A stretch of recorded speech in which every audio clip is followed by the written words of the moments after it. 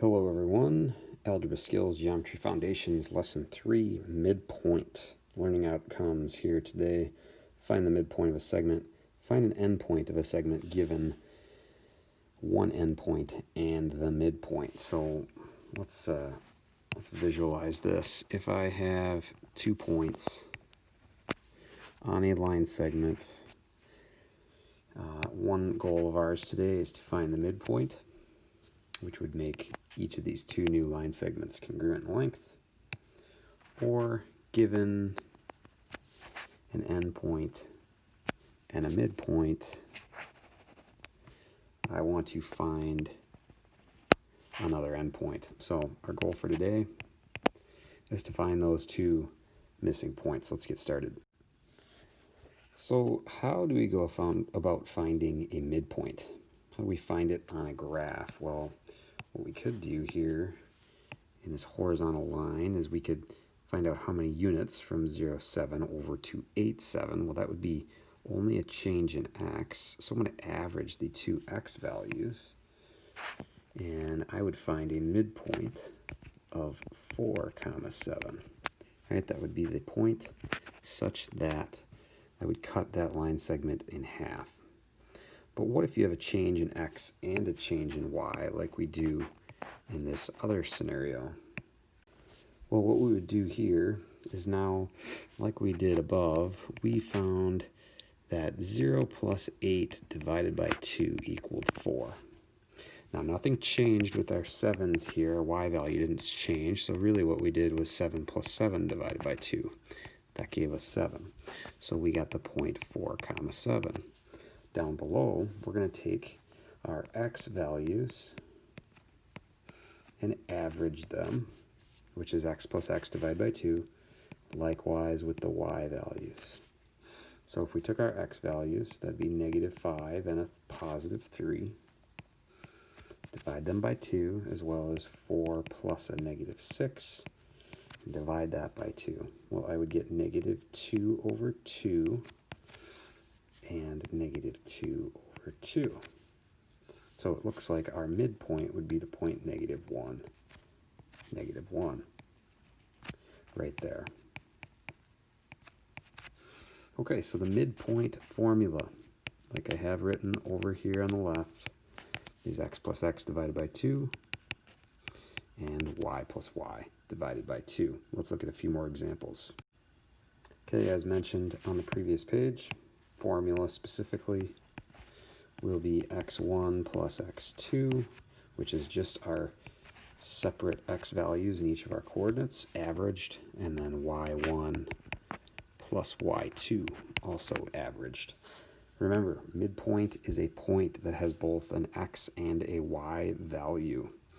Okay, let's continue with some examples on the next page. Okay, it says find the midpoint of AB if A is located at 3, -7.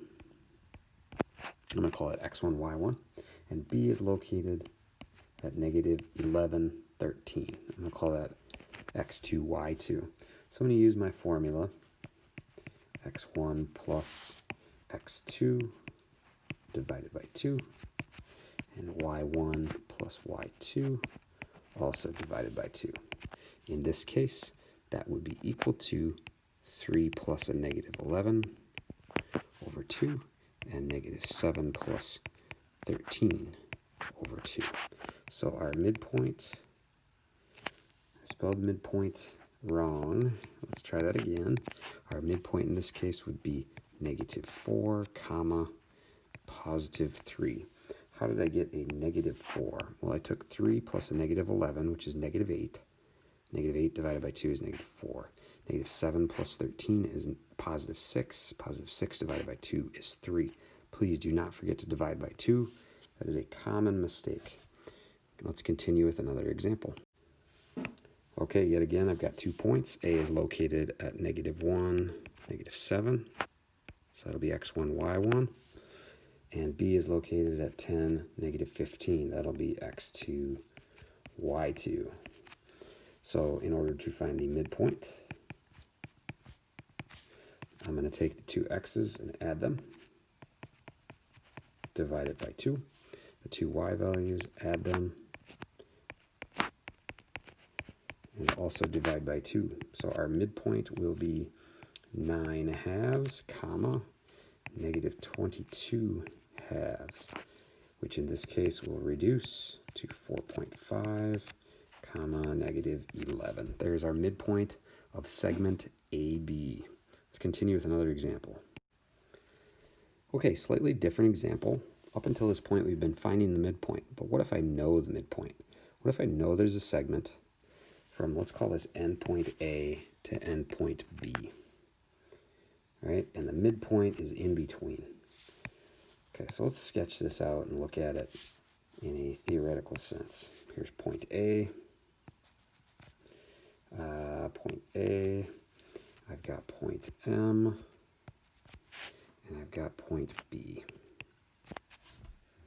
Well, I know that point A is the point negative 4, comma 5.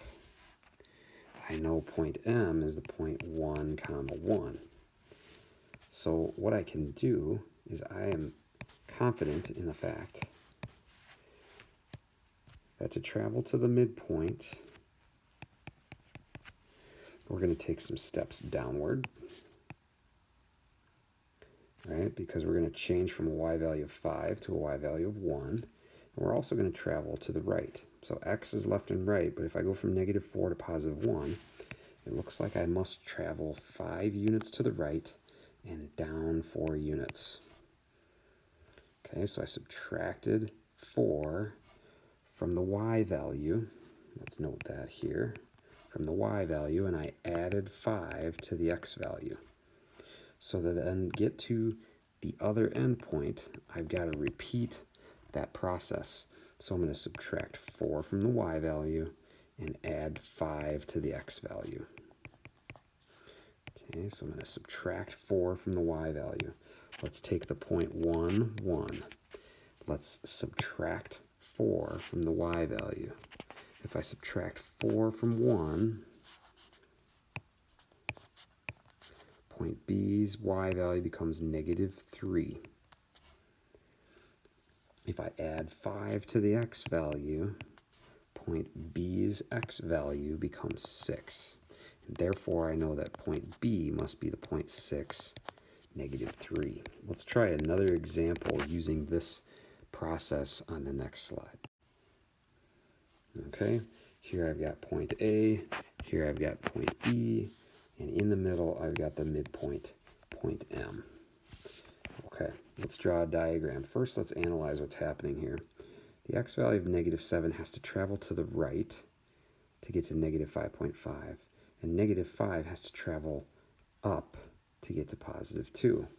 So we're going to have a slightly different picture here.